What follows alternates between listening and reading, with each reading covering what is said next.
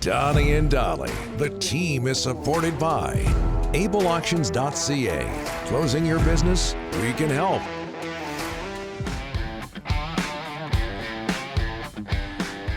Okay, it is Thursday, and all of today's guests are brought to you by, and this includes Farhan, standing by, the Vancouver Giants. Giants return to the LEC Friday, October 13th, when they face Swift Current, the Broncos.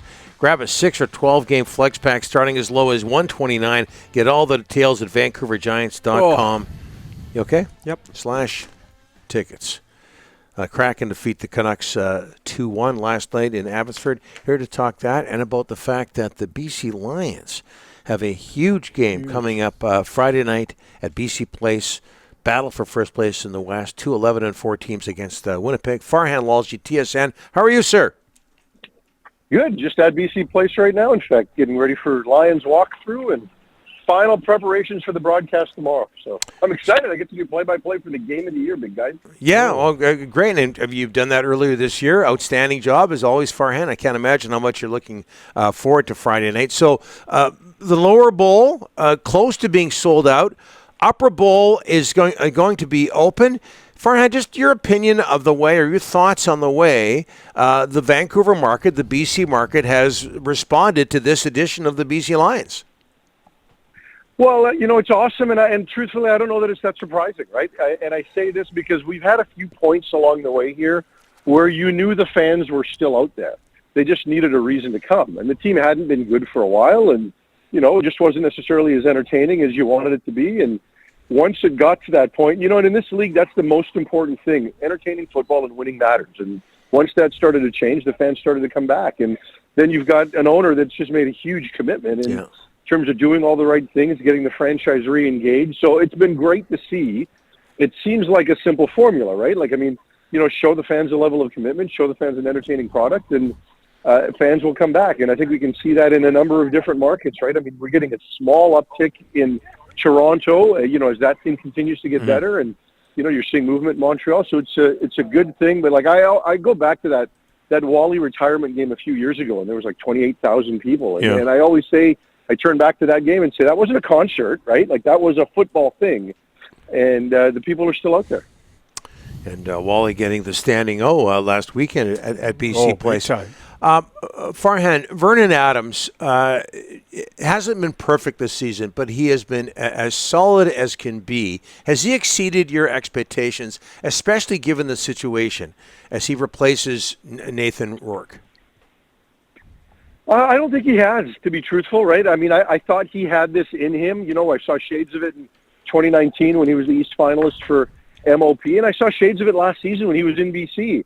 I think he is a guy that's got talent. He's now got a level of maturity, and he's also been put in a really good situation. You talk to Vernon about that, and he will say that, right? That, listen, I know what I've got here, both in terms of roster and coaching, and don't undersell that, right? And, we were talking about Trey Ford and comparisons and things like that. He's like, I have it so good here with Jordan McSimic and how he has broken the game down for me and how he's helped me prepare. And then I've got great receivers around me. And when you're in a situation to succeed. And he is in that. And now he's 7 years deep into his career, right? He's not a kid anymore.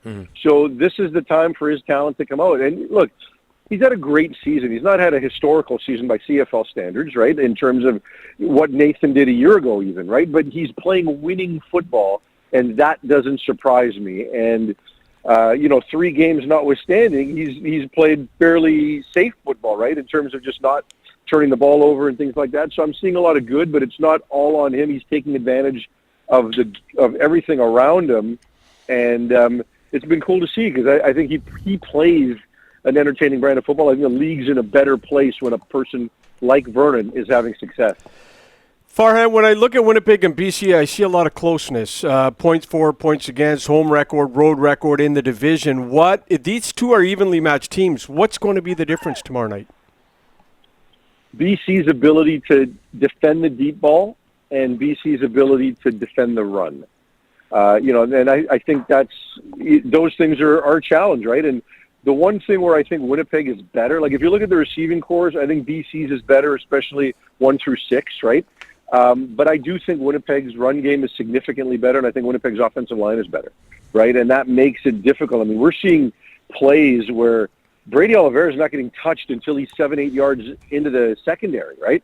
And that's tough. So BC's got to make sure that they physically can handle what's coming at them up front and not have to commit so much to it that they get exposed in the back end, right? Because when you look at guys like Kenny Lawler and Dembski and Schoen, those are dangerous players, right? So can BC keep everything in front of them? They couldn't do that in the early stages of the last game against Winnipeg back in August. And, you know, you have to be able to do that because if you get into the fourth quarter and Winnipeg has the ability to put the game away running the ball, they will do that. So the Lions they need to play from ahead a little bit in order to make sure the run game of Winnipeg doesn't take over. Farhan, the Canucks preseason almost over. Just one game tomorrow night against Calgary. They've been outscored 19-8 so far. Who has stood out for you so far, and who's kind of been the player that you hoped would stand out but hasn't stood out? Nobody. And look, I say that because, first of all, you're right. Quinn Hughes has been good. Well, look, Quinn Hughes has been good, but we expected him to be good, right? Yeah. Tell me somebody else who has stood out. Well, I can't find them, and I say that because this team's not scoring, and the few goals that they've had, it's been the people you'd expect, like Quinn Hughes, right? And you know, we had the one game where they had 5 goals, but you could hear it in Rick Tocchet's comments last night, right, about needing to score and needing to bear down in those areas. So, you know, I wanted to see more from some of these guys, whether it be a Nils Hoglander or some of the bottom 6 forwards that, you know, you hope can chip in a little bit offensively, whether it's a Suter or a Bluger or a Oman or whoever it's been. And I'm concerned at this team's lack of finish. It's early. It's the preseason, but we need to see a bit more of it because that could be a challenge for this group right now. And I think we thought that might be coming in, depth of scoring. All right. University of Washington, their marching band is going to be at BC Place, a special visit on Saturday. Last week we mentioned that we need to talk about what's happening with the UW football team. They're 5-0, among the best teams in the nation, and Michael Penix is a Heisman candidate, the quarterback, the lefty. What makes him special, Farhan? Well, he makes NFL-level throws. He makes these ridiculous throws everywhere on the field. He completes passes down the field. You know, college football has really, you know, we've changed what we deem as acceptable completion percentages, right? I mean, when we grew up, the three of us grew up watching the game, if somebody was throwing for 55 or 58%, that was okay. Well, now because of, you know, the quick out nature of the sport, completion percentages get inflated. Well, this guy is pushing the ball down the field and still completing them. So they can score against anybody. You saw Arizona last week. They're playing deep, cover 4, making sure everything stays in front of them, trying to tackle it all. Well, guess what? They still put up over 500 yards of offense and close to 40 points. So they can beat you anyway. They can score against any team in the country. And I love the fact that I'm seeing them get national attention. They actually got first place votes in the rankings last week. And everyone's talking about Penix.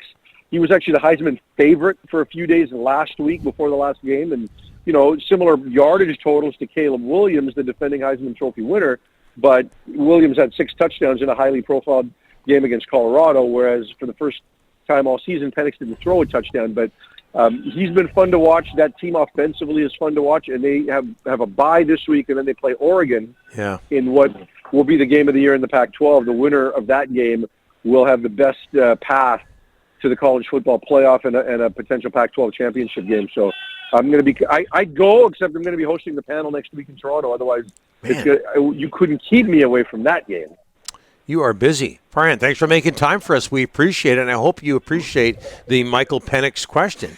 You were mad at me upset totally because I haven't asked you about him for 2 or 3 weeks. So there you go. Well, listen, how about – are you guys coming to the game? To the Lions game? To the Lions game, yeah. I've got a story about that I might tell. It's a little embarrassing. You and Dolly, both of you need to be at this game. No, I can't make it. That sweet kicked the heck out of me last week. Yeah. I'm going to be on the couch. I have a really good excuse. The Canucks play that night as well, Farhan. Yeah. I might get into it over the next couple of days. But I know you'll be there. Your only excuse is that you want to listen to me do play-by-play, but you guys should both be there. There you go. That's what it is. Not an event. You got me. It's not an event until Donnie and Dolly are there. Yeah, well, we were there last weekend, and Rick was out of control. That's another story. I can't do it again. Thanks, Farhan. You guys. Okay, thanks. Farhan Lalji, TSN. So the Canucks, do I get into this? Do I admit Let's what's hear it. going Let's on? hear it. Get it out. The Canucks playing Friday night against Calgary, and it seems that a lot of people I know, well, you look at the lower bowls sold out, and they're opening up. A lot of people that I know, and you know, are going to this Lions game on Friday. Why wouldn't they? 11-4, 11-4. Yeah. Versus 11-4. Yeah. So I don't even know what they call these things, but it's the candlelight concerts. Anyway, I think it's the Vancouver Symphony. I'm not even sure what it is. You're going to the Vancouver Symphony? Oh I'm sure it'll be fine. I want to be respectful here, but we're going with another couple. My wife planned this months ago, and I'm going to be there. And I think if somebody sees me there, it's going to be, what are you doing here? And I have nothing against. I love music. Don't get me wrong. It's a tribute to Queen. All right. Oh, okay. I don't. If somebody sees me there and I'm not at the Lions game or the Canucks game, it could be. It could be trouble. It could be the end of my career. Sports legend.